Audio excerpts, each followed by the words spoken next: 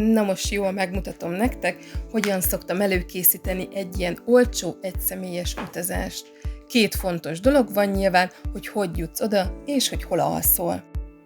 Nincs benne semmi ördöngőség, 2 olyan appot használok, ami valószínűleg a te telefonodon is rajta van. Mivel egyébként rugalmas vagyok, nekem ott szokott eldőlni a dolog, hogy találok-e olcsó repülőjegyet, vagy vonatjegyet, vagy éppen azt, amivel megyek. A videóban arra mutatok példát, hogy hogyan használom a Wizzair járatkereső vagy viteldíjkereső funkcióját, hogy megtaláljam a legolcsóbb ajánlatokat.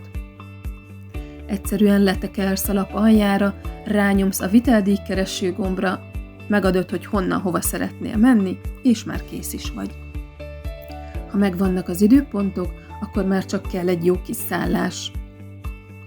Ha több időpont között vacilálsz, akkor szerencsére a Bookingnak is van egy rugalmas vagyok gombja, amivel eldöntheted később is, hogy melyik időpontokat állítod be. Mivel olcsó utazást keresünk, ezért a szűrők között érdemes beállítani azt, hogy hoztál, hiszen ezekkel jövünk ki a legolcsóbban. Ezen felül megadhatsz extrákat is, nekem általában itt az szerepel, hogy wifi legyen ingyenes, legyen vízparti vagy városközponti. Alkalomattán a reggelit is megkóstolom. Tudom, hogy a hostelezés nem mindenkinek való, én viszont kifejezetten szeretem. Gyakorlott hostelezőként már jó pár tipp és trükk is van a tarsolyomban. Mielőtt nekivágok, körül szoktam nézni, hogy milyen programot kínál az adott város. Ebben 2 app szokott segíteni, ebben a videóban a Headout alkalmazást mutatom meg, amit egyébként Barcelonában is használtam. Általában már van elképzelésem, hogy az adott helyen mit szeretnék megnézni, de ez az alkalmazás akkor is jó, ha még fogalmat sincs, hogy mit néz meg. Ilyenkor csak beírod a város nevét, és már is számos program közül válogathatsz. Az app alkalmazása viszonylag biztos, így én is egészen könnyen megtaláltam azokat a programokat, amiket kerestem. Egy programon belül itt is egyszerűen megadod a dátumot, hogy mikor szeretnél menni, és kiválasztod azt a jegyet, ami neked legjobban tetszik. Vannak programok, amiknél érdemes egészen hamar gondolkodni, hiszen például a Sagrada Familiába hetekkel előtte elfogynak az olcsóbb jegyek.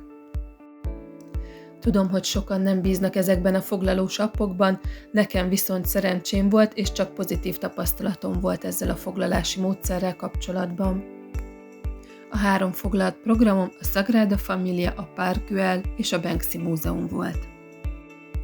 De nem csak a múzeum belépőket foglaltam a Headouton keresztül. A Headout apphoz az vezetett, hogy reptéri transfert kerestem az El Pratról a városközpontba.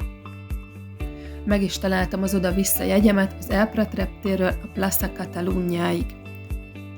A jegy az első felhasználástól 90 napig érvényes, és 15 euró sem volt oda-vissza. Az aerobusz járatai közvetlenül a reptér elől indulnak, a buszok kényelmesek, és a telefonodat is tudod rajtuk tölteni. A Headouton keresztül foglaltam a helyi közlekedési jegyemet is. Ezt az Hola Barcelona kártyát szintén a Plaça Catalunyán az információs bódéban lehet átvenni. Persze Barcelona utcái nagyon szépek, és megérnek egy sétát, a Park Güell azért eléggé kiesik, ezért javaslom, hogy vegyetek egy jegyet is. Kösz, hogy kibírtátok idáig, ha bármilyen ötletetek van, nyugodtan osszátok meg kommentben.